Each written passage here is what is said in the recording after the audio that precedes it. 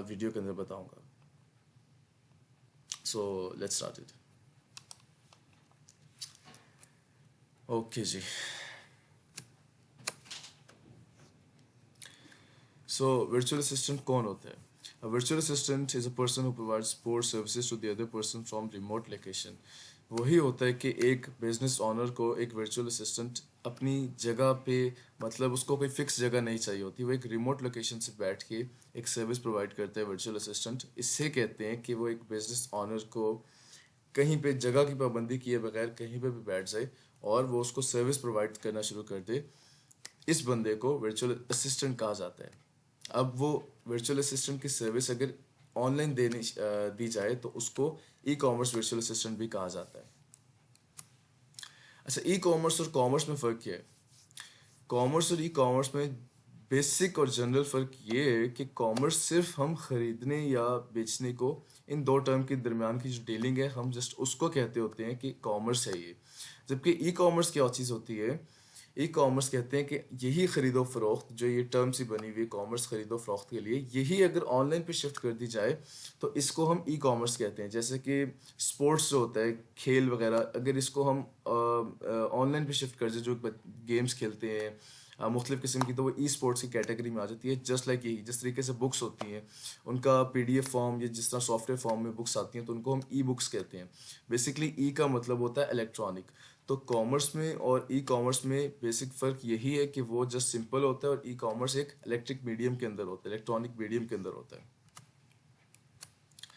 Okay जी। Types of e commerce की कितनी टाइप्स हैं? अच्छा, दो किस्म की टाइप्स होती हैं। एक होता है B2B और एक होता है B2C। सो B2B के अंदर क्या होता है, B2C के अंदर क्या होता है? B2B की जो डीलिंग होती है वो डायरेक्ट बिजनेस टू बिजनेस होती है, और जबकि B2C के अंदर क्या होती है, बिजनेस टू कंज्यूमर या कस्टमर हम कह लें, इसके अंदर होती है। सो बिजनेस टू बिजनेस का क्या मतलब है? बिजनेस टू बिजनेस का मतलब ये है कि एक बहुत बड़ी, एक आप सपोज कर लें कि एक मैन्युफैक्चरर है बहुत बड़ा, ठीक है। अब वो सामान बनाता है, लेट्स सपोज वो बैग्स बनाता है, लेदर बैग्स बनाता है। अब वो बैग बनाता है, तो आपकी एक छोटी दुकान है, लेकिन आप इतनी छोटी नहीं है कि उस पर सेलिंग ही ना हो, कोई अच्छी एक दुकान है। अब आप मैन्युफैक्चरर के पास जाके उससे सामान खरीदते हो और अपनी दुकान पे रख लेते हो, ठीक है। तो ये हो गया B2B, यानी कि बिजनेस टू बिजनेस हो गया। आपने उसके बिजनेस टू उठाया और अपने बिजनेस पे रख लिया, इसको कहते हैं बिजनेस टू बिजनेस। अब B2C क्या होगा? आपने अपनी दुकान पे, आपकी दुकान पे कस्टमर आता है और चीज़ लेके चला जाता है, तो वो बिजनेस टू कस्टमर हो गया। यानी आपने जो उससे खरीदा वो बिजनेस टू बिजनेस था, क्योंकि आपने उसको अपने बिजनेस पे लगाना था। जबकि कस्टमर ने आपसे खरीदा तो वो बिजनेस टू कंज्यूमर में काउंट किया गया। तो इन इन इसके अंदर जस्ट ये फ़र्क है कि बिजनेस टू बिजनेस और बिजनेस टू कंज्यूमर में जस्ट ये फ़र्क है कि एक बिजनेस ऑनर से लेता है और दूसरा खरीदता है, तो वो इस नीयत से खरीदता है कि वो उसको आगे से अपने बिजनेस पे लगाएगा। जबकि जो बिजनेस टू कंज्यूमर है उसके अंदर ये होता है कि कंज्यूमर या कस्टमर इसलिए खरीदता है कि वो उसको यूज़ करेगा, बिजनेस में नहीं लगाएगा। ये दो बेसिक फ़र्क हैं। अच्छा, top international e commerce websites कौन कौन सी हैं? अमेजोन है, ईबे है, वॉलमार्ट है, एटसी है और पाकिस्तान के अंदर दराज है। लेकिन सबसे लार्जेस्ट प्लेटफॉर्म जो है वो है अमेजोन का। इस टाइम दुनिया के अंदर almost 50 to 55% almost Amazon cover कर रहा है। पूरी global global buying and selling Amazon control कर रहा है। Okay, what is Amazon? Amazon is the largest online retailer in the world. As being an online retailer, Amazon allows individuals and businesses to sell their products online and on websites. Okay जी। So why Amazon, हमें Amazon पे क्यों जाना चाहिए? इसकी reasons हैं कि एक तो रीज़न इसकी ये है कि 2019 के अंदर इसने $300 बिलियन की सेल्स की है। जबकि सेकंड रीज़न इसकी यही है कि 52% एक्यूरेट इसकी रीडिंग है, कि पूरी दुनिया के अंदर जो ऑनलाइन बाइंग एंड सेलिंग हो रही है वो 52% अमेजोन अकेले पे हो रही है। ये इसकी बहुत बड़ी रीज़न है, और ये एक बहुत लार्जेस्ट फुलफिलमेंट सेंटर भी है, और इसकी हम इजीली क्लाइंटेज किसी भी फ्रीलांसिंग वेबसाइट से इसकी क्लाइंटेज हम ले सकते हैं। अच्छा जी, मार्केट शेयर ऑफ अमेजोन ये क्या होता है?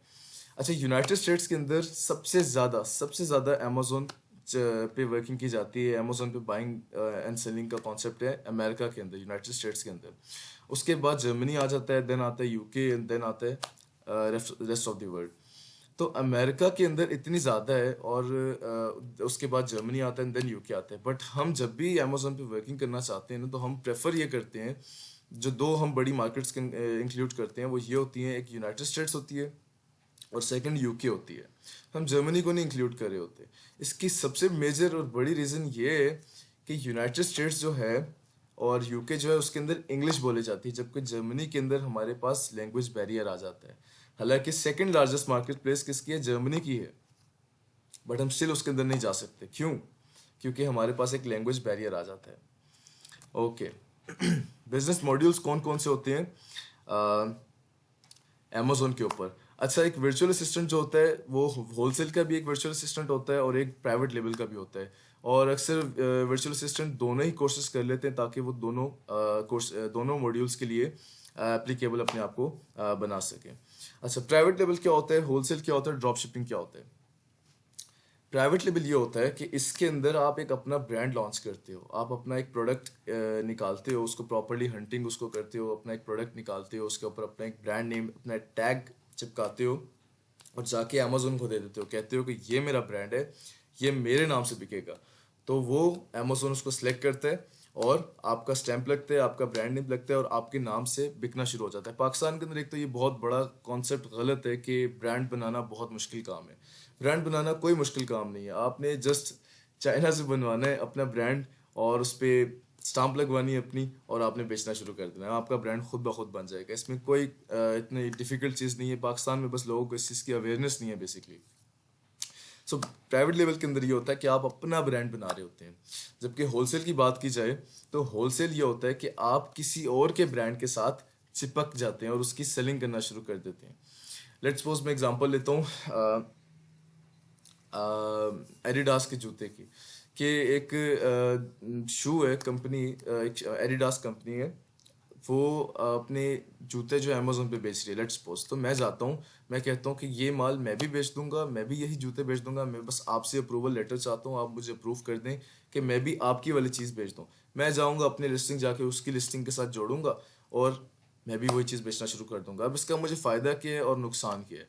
प्राइवेट लेवल के अंदर मुझे अगर यूके मार्केट में जाना है तो कम से कम मुझे चाहिए तकरीबन पाकिस्तानी 15 लाख तकरीबन चाहिए मुझे पाकिस्तानी यूके मार्केट के अंदर, जबकि यूएसए मार्केट के अंदर जाता हूँ तो मुझे 25 से 30 लाख चाहिए तकरीबन। जबकि होलसेल में मैं जाता हूँ तो पाकिस्तानी करेंसी में मुझे 4-5 लाख में अच्छी होलसेल हो जाती है। अच्छा, होलसेल का एक ड्रॉबैक छोटा सा ये है कि इसके अंदर जो हमारा रेवेन्यू होता है वो बहुत कम होता है, लेकिन इसका एक एडवांटेज ये है कि हमें एक मतलब ये सेफ साइड रहता है। होलसेल का मॉड्यूल जो थोड़ा सेफ है, इसके अंदर रिस्क फैक्टर थोड़े कम है। प्राइवेट लेवल के अंदर as compare to wholesale risk factor ज़्यादा है। और रिस्क फैक्टर ज़्यादा क्यों है? उसकी सबसे बड़ी रीज़न ये है कि लोग प्रोडक्ट की सिलेक्शन गलत करते हैं। प्राइवेट लेबल गलत चीज़ नहीं है, इसके ऊपर अगर रेशो बताई जाए तो 60-40 की रेशो या 70-30 की रेशो कंक्लूड कर ली जाए कि 60% लोग प्राइवेट लेबल अच्छा कर पाते हैं, 40% नहीं कर पाते। अब वो 40% क्यों नहीं कर पाते, उसकी रीज़न ये होती है कि वो सोचते हैं कि हम अमेजोन पे हर चीज़ बेच सकते हैं, कुछ भी बेच सकते हैं, जो चीज़ माइंड में आएगी, जो चीज़ पड़ी हुई होगी पास, बस उसकी लिस्टिंग करनी और बेचना शुरू कर देना है। वो देखते ही नहीं है कि उसकी डिमांड भी है, उसको ख़रीदने वाले बैठे हुए हैं, उसके बायर्स हैं। अगर उसके बायर्स बैठे हुए हों, उसको ख़रीदने वाले बैठे हुए हों, उसको बेचने वाले बैठे हुए हों और वो भी कम अमाउंट के अंदर, तो हम उस चीज़ के अंदर जाते हैं। ये बहुत एक लंबा और एक बड़ा हार्ड क्राइटेरिया है कि हम प्रोडक्ट कैसे हंट करते हैं। हम उस प्रोडक्ट में जाते होते हैं, कभी भी अपने मनपसंद प्रोडक्ट में नहीं जाते। हम उस प्रोडक्ट के अंदर जाते हैं जिसके हम एक स्टैट्स निकाल के पहले चेक करते हैं कि इसके ऊपर कंपटीशन कम है कि ज़्यादा है। अगर ज़्यादा हो तो हम और मज़ीद स्टैट्स देखते हैं कि उसको नॉर्मलाइज करने की कोशिश करते हैं, अगर नहीं होता तो हम उसको छोड़ देते हैं। फिर हम देखते हैं कि अगर स्टैट्स ठीक जा रहे हैं, ठीक इन अ सेंस कि कंपटीशन कम है और डिमांड उस प्रोडक्ट की बहुत ज़्यादा है, तो हम उस प्रोडक्ट में चले जाते हैं फिर। और बाकी उसके बहुत सारे और भी टेक्निक्स हैं कि आप एक अच्छी प्रोडक्ट निकालने के लिए आपको क्या क्या करना पड़ता है, तो वो प्रोडक्ट हंटिंग के टॉपिक में आएगा। तो होलसेल के अंदर बेसिकली ये होता है और प्राइवेट लेवल के अंदर दोनों में मेजर फ़र्क क्या है कि इन्वेस्टमेंट का सबसे बड़ा फ़र्क है और एक रिस्क फैक्टर का फ़र्क है। और मैंने रिस्क फैक्टर भी आपको प्राइवेट लेवल में बताया कि वो इसलिए फ़र्क है उसके अंदर क्योंकि लोग प्रोडक्ट सिलेक्शन ही गलत करते हैं। वो बेहतरीन प्रोडक्ट करते नहीं है, वो बेसब्रों की तरह बस कहते हैं कि हमारी अगली प्रोडक्ट लॉन्च हो जाए। वो उस जल्दी के अंदर एक अच्छी प्रोडक्ट ढूंढना ही भूल जाते हैं। ओके जी, थर्ड मॉड्यूल कौन सा है? थर्ड मॉड्यूल है ड्रॉप शिपिंग का। ड्रॉप शिपिंग क्या होता है? ड्रॉप शिपिंग बेसिकली ये होता है कि आप एक वेबसाइट से सामान खरीदेंगे और दूसरी वेबसाइट पे बेचना शुरू कर देंगे। मैं इसकी एग्जांपल देता हूँ। अमेजोन के ऊपर मैं बेच रहा हूँ, लेट्स सपोज मैं शू ही बेच रहा हूँ। अमेजोन पे मैंने शू लगाया हुआ है $15 का, और मुझे वहाँ पे ऑर्डर आता है। अमेजोन मुझे ड्रॉप शिपिंग के अंदर कोई इन्वेंट्री बनवाने की जरूरत नहीं है, कुछ भी बनवाने की जरूरत नहीं है। बस ऑर्डर आएगा, मैंने वही ऑर्डर दूसरी वेबसाइट से पकड़ना है और जाके उस बंदे को दे देना है। अब ये करते कैसे हैं? मुझे ऑर्डर आया अमेजोन पे $15 का एक शू मैंने लिस्ट किया हुआ था, उस पर ऑर्डर आ गया। अब मैं जाऊँगा ऑर्डर आ गया, अब मैं जाऊँगा एटसी पे, वॉलमार्ट पे या समथिंग इस तरीके से दूसरी वेबसाइट्स पे जाकर सर्च करूँगा वही शू, और वही शू उसी साइज़ का या मतलब उससे सेम चीज़ बिल्कुल एक्यूरेट उठाकर वहाँ पर सस्ती प्राइस में पड़ी हुई होगी। यहाँ मैंने 15 की लगाई है, तो वहाँ मैंने उसको देखा होगा, मैं उसको देखा होगा कि 8-7 की पड़ी हुई है, तभी मैंने अमेजोन पे उसको 15 का लिस्ट किया था। अब मैं उसको वहाँ से उठाऊंगा जहाँ पे 7-8 की पड़ी हुई थी, वहाँ से उठाऊंगा और उसकी पैकेजिंग जो होगी वो वही जाएगी। अगर मैं लेट्स सपोज उठाता हूँ एटसी से, वॉलमार्ट से उठाता हूँ, तो उसकी वॉलमार्ट की पैकेजिंग जाएगी। अब मैं उस कस्टमर का एड्रेस दूंगा एटसी को या वॉलमार्ट को, मतलब थर्ड पार्टी को मैं उस कस्टमर का एड्रेस दे दूंगा कि यही पैकेजिंग जो है ये उस कस्टमर तक पहुंचे। अब कस्टमर अगर तो कस्टमर जाहिर सी बात है जब उसके पास पैकेज पहुंचेगा, रिसीव होगा, तो वो देखेगा कि मैंने मंगवाया था अमेजोन से था, आया तो मुझे दूसरी तरफ से, तो वो थोड़ा परेशान हो जाएगा। तो अगर वो थोड़ा इन चीज़ों के अंदर उठता बैठता हुआ तो उसको आइडिया होगा कि मैंने एक जाके बैड रिव्यू देना है। और आप यकीन करें कि अमेजोन के ऊपर आपको एक बैड रिव्यू अच्छा खासा डी रैंक कर सकता है, अच्छा खासा आपकी पोजीशन को ख़राब कर सकता है। रैंकिंग इतनी इतनी मुश्किल चीज़ है कि आप उसके लिए बहुत मेहनत करनी पड़ती है, और एक बैड रिव्यू आपको अच्छा खासा नीचे लेके जा सकता है। तो आपको अमेजोन पे अगर काम करना है तो दिल से करना है और क्वालिटी में कॉम्प्रोमाइज़ नहीं करना। पहले भी 2010-11 तकरीबन इस टाइम के अंदर अमेजोन पाकिस्तान में होता था, लेकिन पाकिस्तान के लोगों ने अमेजोन के साथ अच्छा सलूक नहीं किया था। वो वेट बढ़ाने के लिए पाकिस्तानी लोगों ने पत्थर डालना शुरू कर दिए थे, और वो बहुत सी स्टोरीज हैं कि अमेजोन ने फिर पाकिस्तान को ब्लैकलिस्ट कर दिया था। तो अभी पाकिस्तान के अंदर ही आया है, तो उम्मीद है कि ऐसा कुछ नहीं होगा। चले खैर। अच्छा, तो ये 3 मॉडल्स हैं। 3 मॉडल्स का आप लोग को बता दिया कि पहले के अंदर आप अपना ब्रांड बनाते हैं, होलसेल के अंदर आप दूसरे के ब्रांड से जाके चिपक जाते हैं, जबकि तीसरे मॉडल के अंदर आप क्या करते हैं कि आप एक वेबसाइट से सामान उठाते हैं और दूसरे वेबसाइट पे जाके बेचना शुरू कर देते हैं। ओके जी। अच्छा, अमेजोन के अंदर 2 किस्म की टर्म्स यूज होती हैं, 2 किस्म के चैनल्स हैं, फुलफिलमेंट चैनल्स हैं, FBA और FBM। FBA क्या है और FBM क्या है? अच्छा, पहले बात करते हैं FBA की। FBA का फुल फॉर्म है फुलफिलमेंट बाय अमेजोन या फिर फुलफिल्ड बाय अमेजोन। अब FBA क्या चीज़ होती है? FBA ये होती है कि आपका सामान जितना भी है, बन के जो कुछ भी आया आपका सामान चाइना से जो आपका बन के आया है, उसकी जिम्मेदारी सारी की सारी अमेजोन की है। अब वो कैसे है? आपका काम क्या था? आपने सामान बनवाना है चाइना से, और बनवा कर आपने सिर्फ अमेजोन के वेयर हाउस में भेज देना है। अब अमेजोन को, अब सब काम अमेजोन के हैं। आपका ऑर्डर आता है, नहीं आता, ऑर्डर वापस देने, रिसीव हुआ है या किसी भी तरीके से किसी भी किस्म का अगर ऑर्डर आता है तो उसको पैकेज किस तरह करना है, पैकेज करके उसको पहुंचाना किधर है, वो सब अमेजोन करेगा। सब का सब अमेजोन करेगा। आपको फॉर एग्जांपल आप वेबसाइट, आपने बस ये करना है, लैपटॉप ऑन करके बैठ जाना है, आपने देखने के मुझे ऑर्डर आ गया, बस आपको ऑर्डर आ गया, ख़त्म। अमेजोन जाएगा, आपकी वो प्रोडक्ट उठाएगा अपने वेयर हाउस से, उसको रैप करेगा अच्छे तरीके से, उसको पैकेज बनाएगा और जाके उस कस्टमर को दे के आ जाएगा। ये अमेजोन का काम है। अगर इसके अगेंस्ट हम बात करें FBM की, तो इसमें ये होता है कि आपको एक अपना वेयर हाउस चाहिए, वहां पर आपको एक अपना वेयर हाउस चाहिए जिस मार्केट प्लेस पे आप काम कर रहे हैं। अब आपको अपना वेयर हाउस चाहिए, अब उसके अंदर आपको एक लेबर भी चाहिए कि जब आपका ऑर्डर आए तो आपका लेबर जो बैठी हुई है, आपकी लेबर बैठी है, वो उसकी पैकेजिंग करे अच्छे से, उसको रैप करे और जाकर वो उस कस्टमर को जाकर दे दे। तो ये एक बड़ा हेक्टिक सी एक चीज़ है, लेकिन ये लोग करते हैं, और ये करते क्यों, इसकी भी एक रीज़न है। अच्छा, अमेजोन ये सब काम जो हमारे लिए कर रहा होता है फुलफिलमेंट बाय अमेजोन के अंदर, वो इसलिए कर रहा होता है क्योंकि वो अपनी एक छोटी सी फी भी डिडक्ट करता है। वो अमेजोन कहता है कि आपकी सरदर्दी नहीं है, आप बस बैठे रहो, ऑर्डर आए जाए जो कुछ भी है वो मेरी जिम्मेदारी है, लेकिन मैं इसकी लूंगा थोड़ी सी फीस। अमेजोन अपनी फीस काटता है, हम उसको उसकी फीस देते हैं और हम अपना काम करवा लेते होते हैं।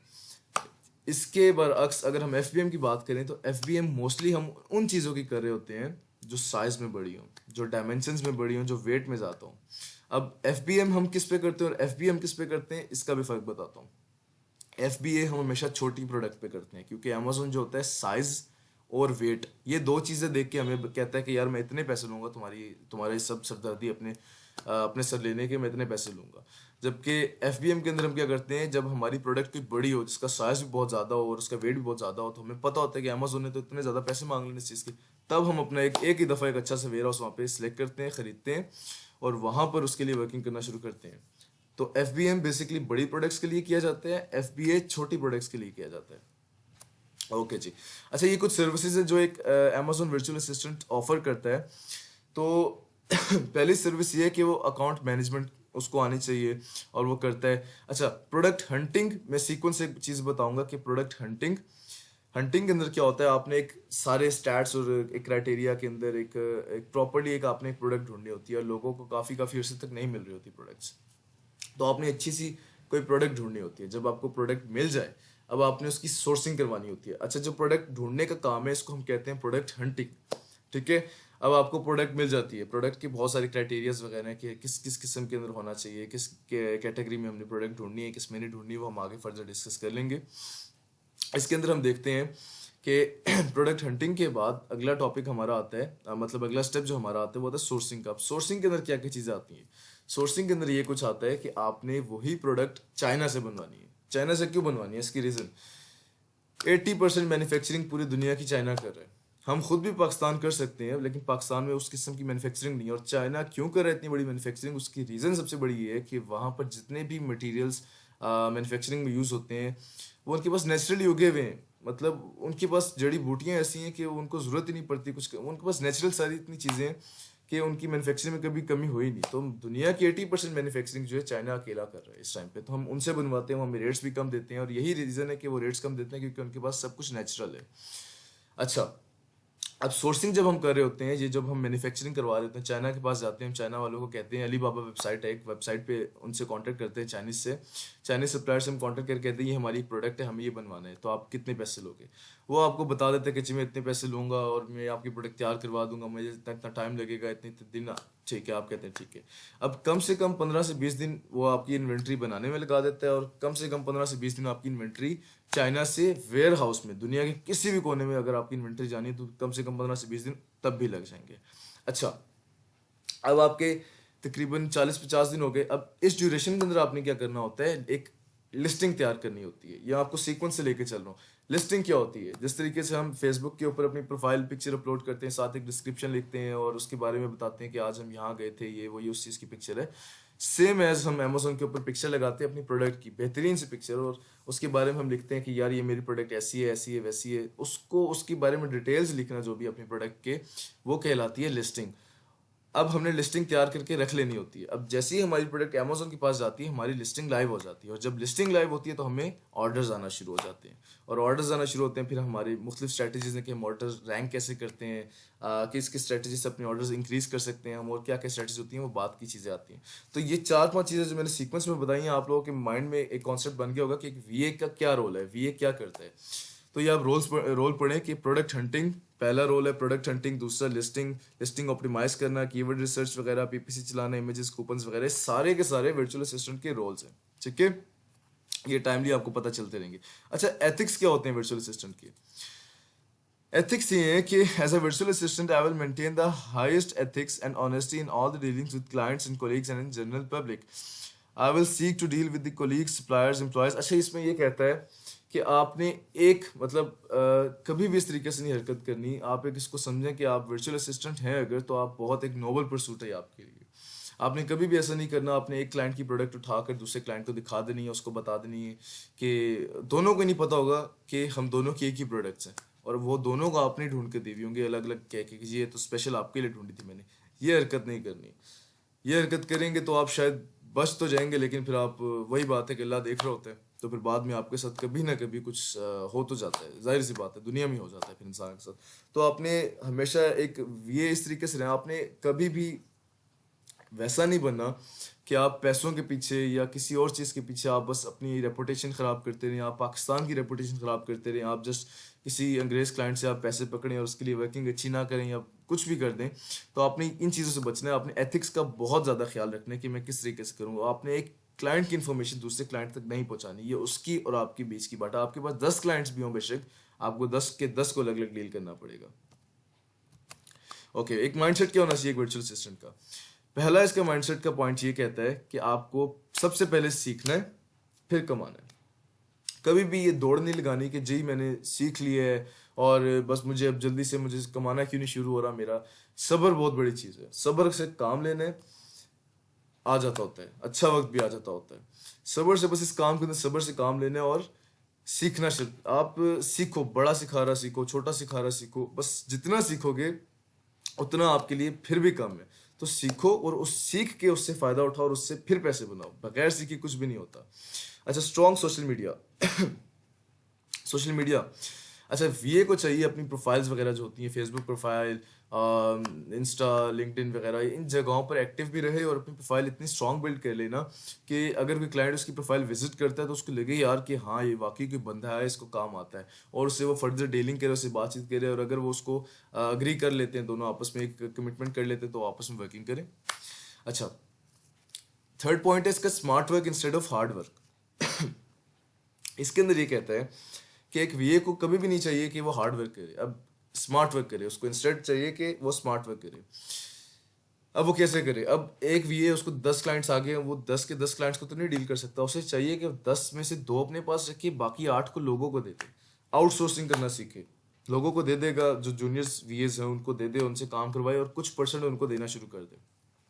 तो इससे ये तो नहीं होगा ना एटलीस्ट कि दो, अगर वो सिर्फ 2 पकड़ रहा होता तो बाकी 8 का काम ना करता, तो उसके पास सिर्फ दो दो की आ रही होती रेवेन्यू, मतलब 2 का प्रॉफिट उसके पास आ रहा होता है। बट अगर वो आउटसोर्स कर लेगा तो उसका एटलीस्ट बाकी 8 का कुछ ना कुछ परसेंट तो आ रहा होगा ना। तो उसको वर्क हार्ड नहीं करना चाहिए, उसको स्मार्टली वर्क करना चाहिए।